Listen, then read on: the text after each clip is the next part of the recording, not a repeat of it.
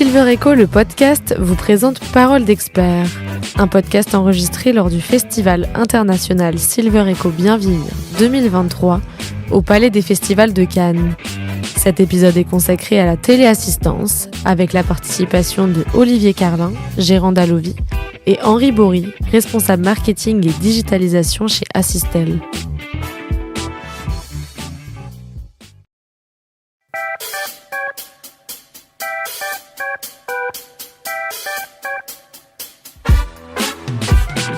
Bonjour et bienvenue dans ce podcast en direct du Silver Echo Festival de Cannes 2023.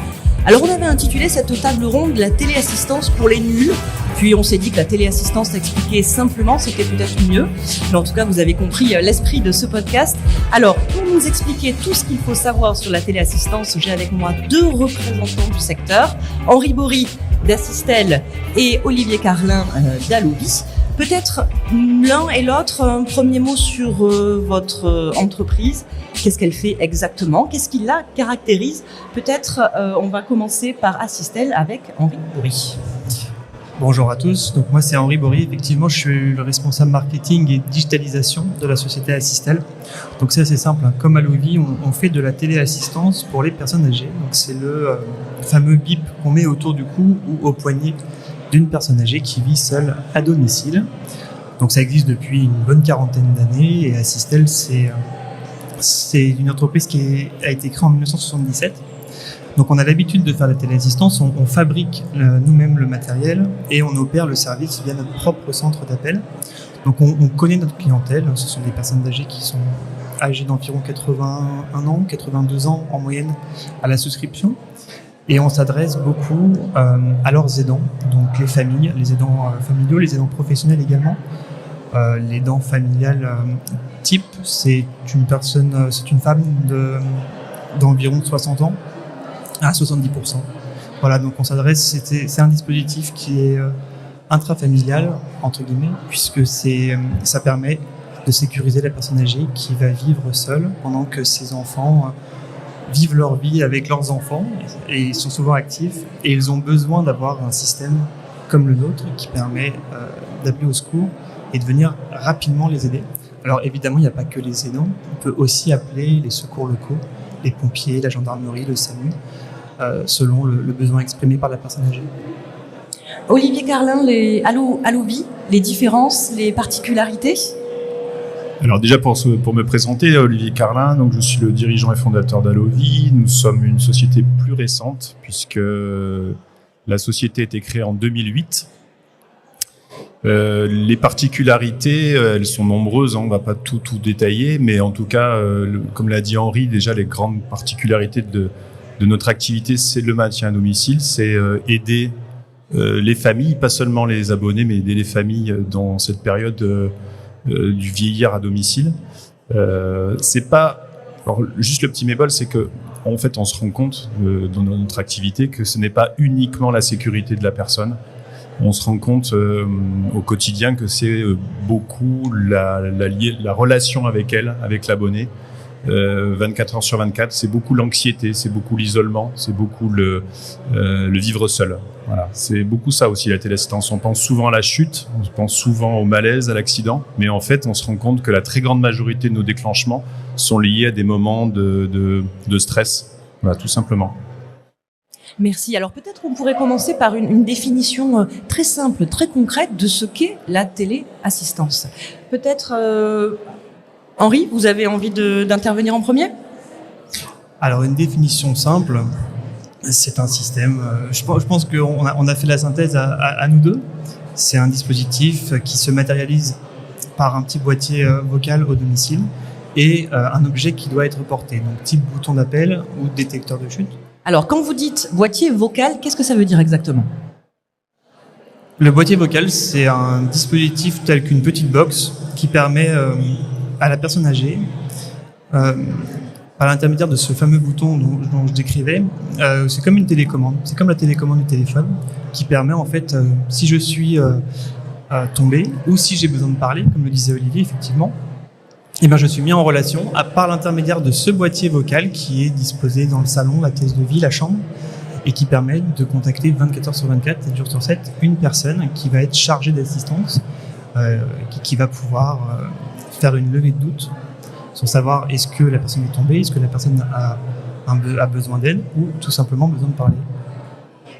Olivier, est-ce que vous êtes d'accord avec cette définition de la téléassistance ? Pas du tout. Non, je plaisante. Oui, c'est exactement ça. Dans le boîtier vocal, ce que veut dire Henri, c'est qu'en fait, c'est un petit boîtier, comme une box, on va dire Internet, qu'on place au domicile de la personne âgée.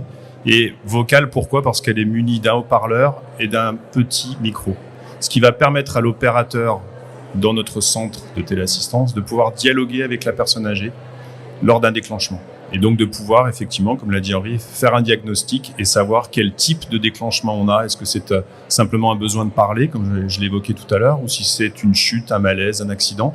Et en fonction de ce diagnostic, va se dérouler ce qu'on appelle dans notre jargon un protocole. On va prévenir la famille, si on a des numéros. On va prévenir, si besoin est, au dernier lieu, les pompiers. On a dit qu'on faisait un peu de la téléassistance pour les nuls. Est-ce qu'on peut dire que ça ressemble, d'un point de vue technique, à la télésurveillance ?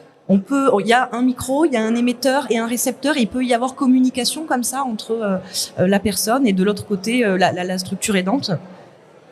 Oui, c'est ce que je disais, c'est-à-dire que dans la centrale, la petite box qui est installée chez la personne âgée, il y a aussi maintenant des modèles mobiles. Il y a des petits boîtiers qui peuvent être mis dans un sac ou dans la poche et qu'on peut emporter lors d'une promenade, lors de ses courses pour nos seniors encore alertes.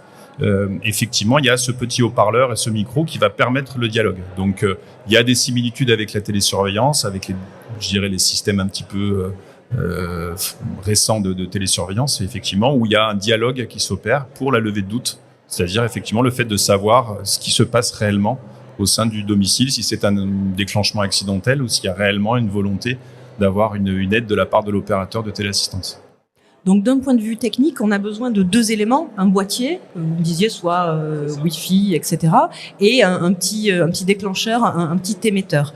Électricité, j'imagine, connexion Internet. Quel est l'ordre de prix vraiment, mais alors une fourchette vraiment entre la moyenne haute et la moyenne basse d'un tel équipement pour l'un ou pour l'autre? J'imagine que vous êtes à peu près dans les mêmes tarifs. Oui, on est en ordre de prix, on est sur des prix qui commencent à partir de 20 € par mois à peu près. Et puis vous montez en gamme, plus vous rajoutez des options, plus vous rajoutez des services comme la géolocalisation et plus vous allez monter. Je reviens juste sur votre question sur la télésurveillance. Moi, j'ai l'habitude d'évoquer ça. C'est-à-dire que la télésurveillance, c'est ce qui permet de protéger l'argenterie de la grand-mère. La téléassistance, c'est ce qui permet de protéger la grand-mère, en fait. C'est ça la différence. Olivier, vous, les ordres de prix, c'est pareil sur l'abonnement à peu près ?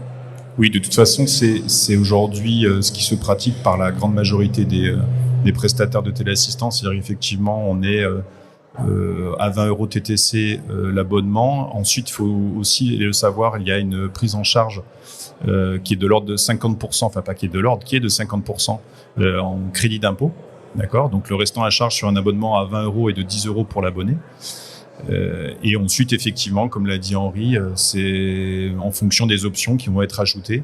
On va avoir effectivement un abonnement qui va être un petit peu plus élevé, mais on est toujours sur des abonnements extrêmement sociaux, enfin des tarifs sociaux, pour qu'effectivement le plus grand nombre puisse être équipé.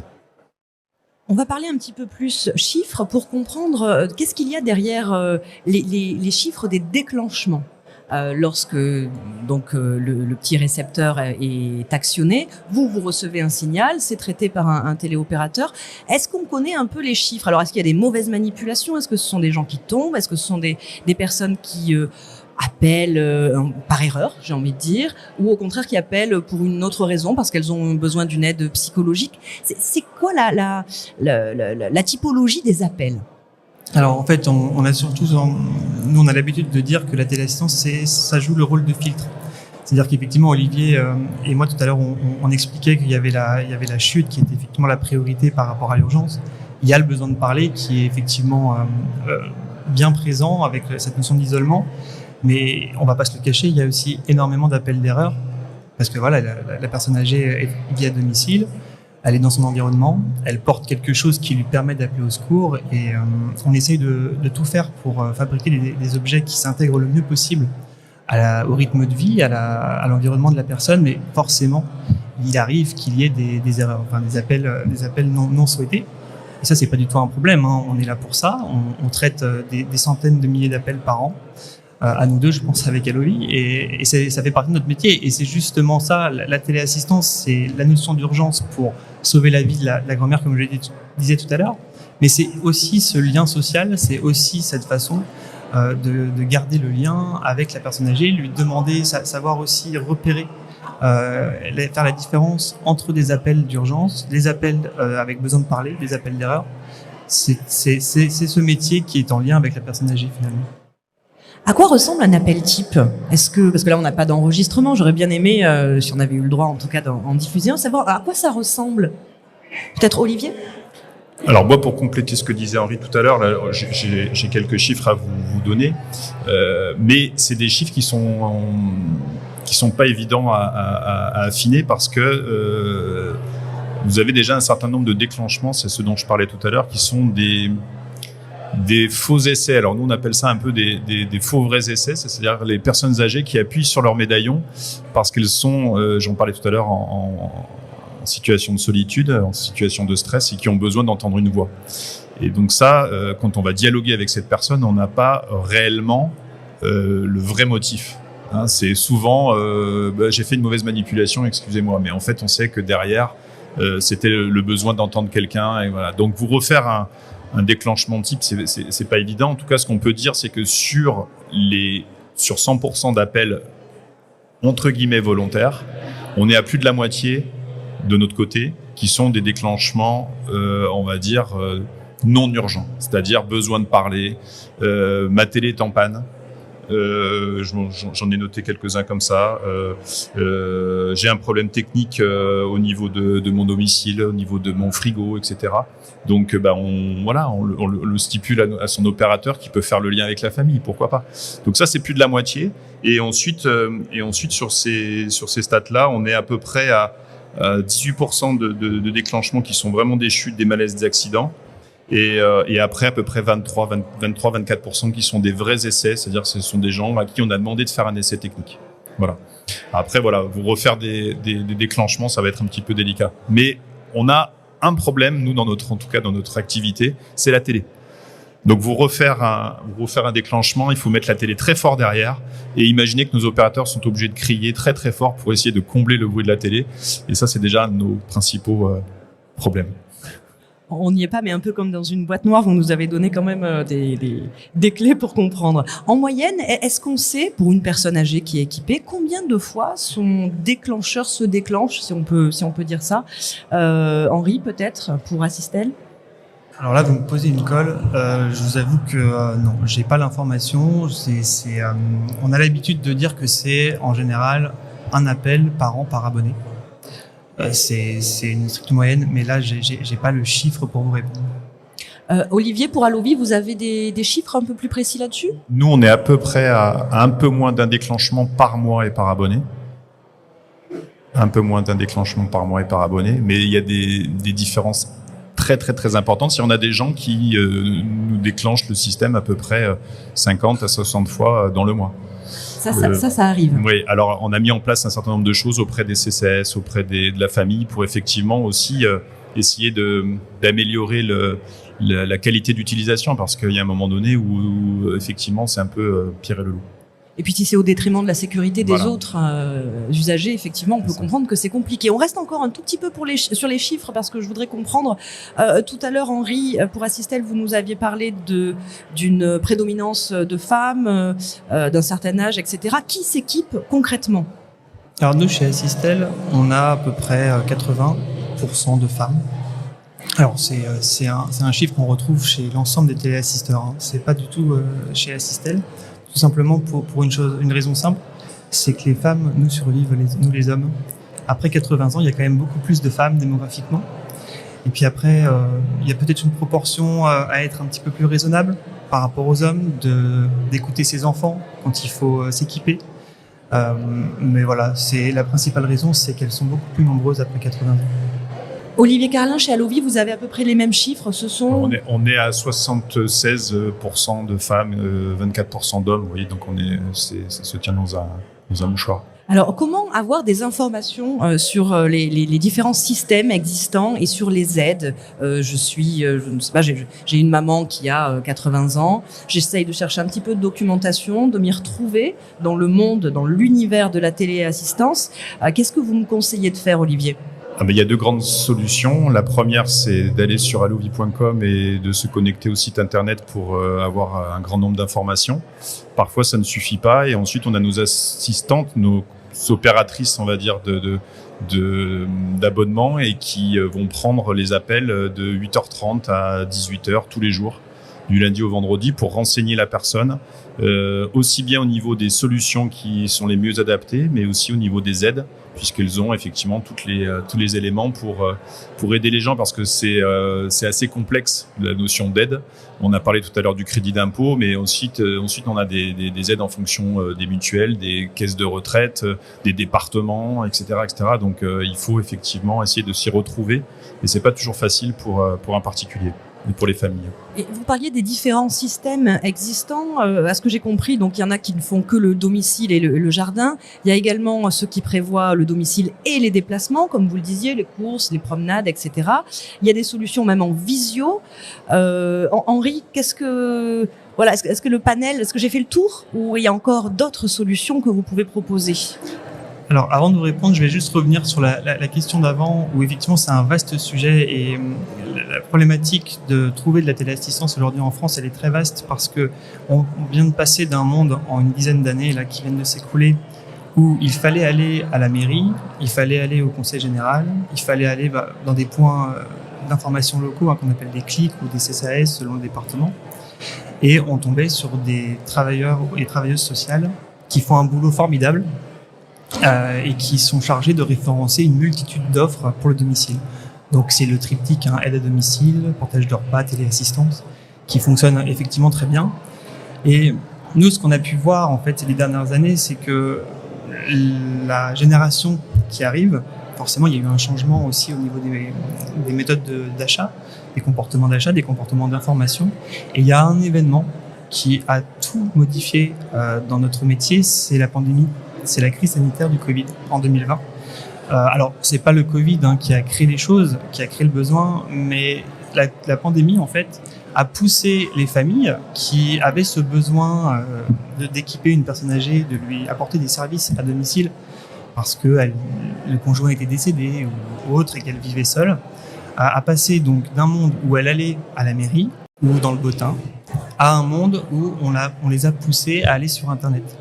Alors encore une fois, c'est pas le Covid qui a créé ces comportements-là, mais ça a énormément drainé ce changement auprès de notre cible. Et notre cible, c'est qui? Donc, je le disais, c'est les familles qui s'occupent d'une personne âgée. En général, ce sont des gens qui ont 60, 70 ans, parfois, les aidants. Alors évidemment, ces gens-là ont été poussés, donc le mail, la souscription en ligne. C'est des choses qui n'existaient pas ou peu il y a 10 ans et qui se sont démocratisées. Et on a vu une accélération là depuis 3-4 ans sur ce besoin de souscrire en ligne, de nous trouver sur, je vais peut-être dire des gros mots, mais de nous trouver sur des géants comme Google en tapant téléassistance. Alors vous allez sur allovie.com, vous allez sur assistel.fr, mais en tout cas vous nous trouvez sur Google aujourd'hui, et c'est ce que font les gens avec tout un tas de mots-clés comme téléassistance, téléalarme, parce que téléassistance c'est le nouveau mot de la téléalarme, ce qu'on appelait avant comme ça. Et c'est assez amusant parce que en tant que, le marketeur que je suis, ça s'amuse à voir dans les comportements des gens que les gens ne connaissent pas forcément le mot téléassistance. Ils appellent ça un bip personne âgée, un bip pour se sécuriser. Et tout l'enjeu en fait aujourd'hui, c'est de donner du bon contenu à ces familles et parfois même les personnes eux-mêmes, les personnes âgées eux-mêmes qui chez nous c'est à hauteur de 30% où elles vont nous appeler elles-mêmes pour s'équiper. Et elles nous disent, je vous ai trouvé sur Google, je vous ai trouvé sur Bing, enfin voilà. Et c'est ça qui est le plus amusant et le plus surprenant pour nous, où effectivement, on a dû s'adapter. Alors après, j'ai perdu le fil de votre question, si vous pouvez me la reposer. Justement, c'est justement cette adaptation, c'est aussi la technologie d'aujourd'hui et c'est la visio. Ça aussi, c'est possible, c'est une façon de s'équiper un peu nouvelle. Voilà, effectivement, et j'en reviens à ce changement de génération qui s'équipent maintenant en allant elles-mêmes chercher sur Google, ou la famille, et en fait les besoins aussi évoluent. Alors effectivement, on a démarré ce podcast en parlant des fondamentaux, et il faut pas oublier que on doit s'adapter aussi à cette nouvelle génération qui arrive et qui a besoin d'un petit peu plus que le bip qu'on met autour du cou ou au poignet, qui permet d'appeler. Elle a besoin effectivement de sortir du domicile, parce que pour y vieillir le mieux possible, il faut aussi pouvoir en sortir. Et donc il y a des dispositifs que Allovy et Assistel proposent, qui sont matérialisés par un petit bip qui permet de géolocaliser quand j'appuie sur le bouton, et qui en plus, de fil en aiguille, on est en train de créer des applications mobiles qui permettent aux aidants d'avoir le contrôle aussi sur leurs parents. Alors dit comme ça peut faire peur, mais c'est cette notion de monitoring qui est de plus en plus demandée. Alors, je voudrais qu'on s'arrête un instant là-dessus. Je pars toujours dans ma fiction. Donc, j'ai une mère âgée, je suis aidante de ma maman. Son bip s'est déclenché. Comment est-ce que je vais être avertie? Quelle va être la procédure? C'est quoi le process en termes de sécurité derrière? Alors, encore une fois, il faut savoir si on parle de la téléassistance d'avant ou la téléassistance d'après. La téléassistance d'avant qui existe encore, c'est une téléassistance qui fonctionne en cercle fermé, c'est-à-dire que la personne âgée appuie, le téléassisteur est prévenu, et s'il y a un besoin, le téléassisteur va prévenir la famille ou les secours. Là, ce qu'on est en train d'imaginer, c'est une téléassistance qui fonctionne aussi en lien avec les aidants via le digital, via le numérique. Ça consiste en quoi? Tout simplement un espace client, une app sur le smartphone disponible depuis un ordinateur et qui permet de suivre, de monitorer en fait le rythme de vie de la personne âgée. Alors en toute confidentialité, avec ce qu'il faut en termes de RGPD pour la gestion des datas et puis le consentement bien évidemment. Mais aujourd'hui, la génération qui arrive et notamment des aidants est en demande de ce contrôle vis-à-vis de leurs parents qui sont. Alors, on parle de 81, 82, mais on tend aussi à souscrire à une téléassistance de plus en plus vieux, puisqu'on vit aussi en bonne santé de plus en plus vieux. Et il y a cette idée-là que on veut quand même s'en occuper, on n'est pas forcément disponible en tant qu'aidant, et c'est rassurant aussi. Et puis, vous parlez de la télésurveillance, ces gens-là, on sécurise le logement, ça fait bien longtemps qu'ils proposent des applis à leurs clients, et il faut qu'on s'adapte. Olivier Carlin, vous rejoignez Henri Bory sur cet impact des nouvelles technologies dans votre secteur d'activité? Oui, c'est pas propre uniquement à la téléassistance. Dans tous les métiers aujourd'hui, on utilise les dernières technologies pour apporter du service, pour apporter de la compétence, pour améliorer les choses. Après, aujourd'hui, on se rend compte, par contre, nous de notre côté, que c'est un peu plus à la marge, c'est-à-dire que la demande des familles est encore sur des équipements très basiques. Alors c'est peut-être propre à Allovy, c'est peut-être parce qu'on est aussi moins à mettre en avant les toutes dernières technologies, mais c'est vrai que on a quand même très majoritairement des gens qui ont besoin d'une téléassistance classique. Et on est vraiment à la marge en termes de pourcentage des équipements sur des choses telles que aujourd'hui des objets connectés ou aujourd'hui ce qu'il existe aussi c'est la téléassistance active avec des radars, avec des solutions qui permettent de surveiller le rythme de vie de la personne et de créer des déclenchements automatiques. En d'autres termes, maman ne s'est pas levée ou maman n'est pas passée dans le couloir pendant X temps, alors une alarme remonte au centre d'alerte et on va déclencher un protocole auprès des familles. Mais on se rend compte que cette demande-là est encore marginale. Et cette santé connectée, est-ce que c'est à vous de la proposer aux usagers ou est-ce que vous faites en fonction des remontées des besoins? J'ai l'impression que d'un côté, il y a une forme de numérisation, digitalisation qui essaie d'être un petit peu proactive et peut-être que vous êtes plus sur l'écoute des besoins à un moment T. Je pense qu'on donne l'information aux familles. Après, il y a aussi une notion de budget.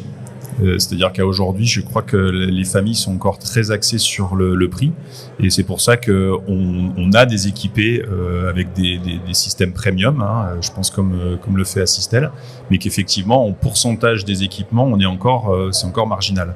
Donc, après, je pense qu'il y a des choses qui vont être très bien, qui vont arriver concernant la santé, et il va y avoir des objets connectés qui vont être encore plus intéressants. On va pouvoir peut-être contrôler le poids, on va pouvoir contrôler la tension, on va pouvoir faire remonter toutes ces informations-là au niveau de notre centre d'alerte et pouvoir effectivement gérer la santé des abonnés. Mais ce sont des choses qui vont arriver petit à petit dans les années à venir. Merci. Henri Bory, peut-être quelques mots encore sur cette santé connectée qui est un sujet qui vous intéresse beaucoup. Quelles sont les évolutions là, auxquelles on peut s'attendre rapidement ? Je rejoins parfaitement ce qui vient d'être dit. En fait, c'est tout simplement qu'on va devoir s'adapter à une demande qui va évoluer. Alors, effectivement, à l'instant T, la grande majorité des demandes se résument au fameux bouton d'appel manuel. Il y a le détecteur de chute qui est de plus en plus demandé parce qu'il optimise la sécurisation et rassure les aidants. Et puis parfois les designs sont peut-être aussi un petit peu plus travaillés parce que ce sont des produits un peu plus récents. Mais on va devoir s'adapter à cette déferlante qui arrive avec des objets connectés tels que les montres connectées, des géants qui savent faire et qui nous inondent avec un marketing qui est pas dans la création de besoins, mais qui finalement y répond, c'est-à-dire la santé connectée, avec des indicateurs tels que Olivier l'a dit, le poids, le rythme cardiaque, qui sont finalement des données dont on peut se servir aussi en tant que téléassisteur.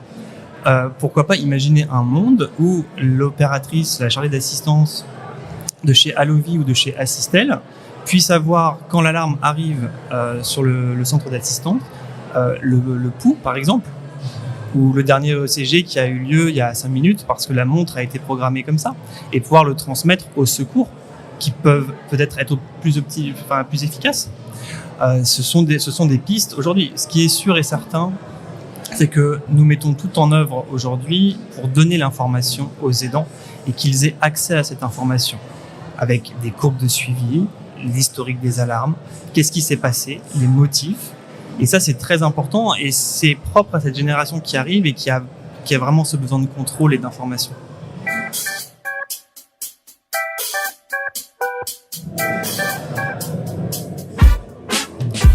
Merci à Olivier Carlin d'Allovie, à Henri Bory pour Assistel pour leur participation. Bien sûr, j'espère que vous savez tout à présent sur la téléassistance. La téléassistance pour les nuls, je crois qu'on a répondu en quelques mots à tout ça.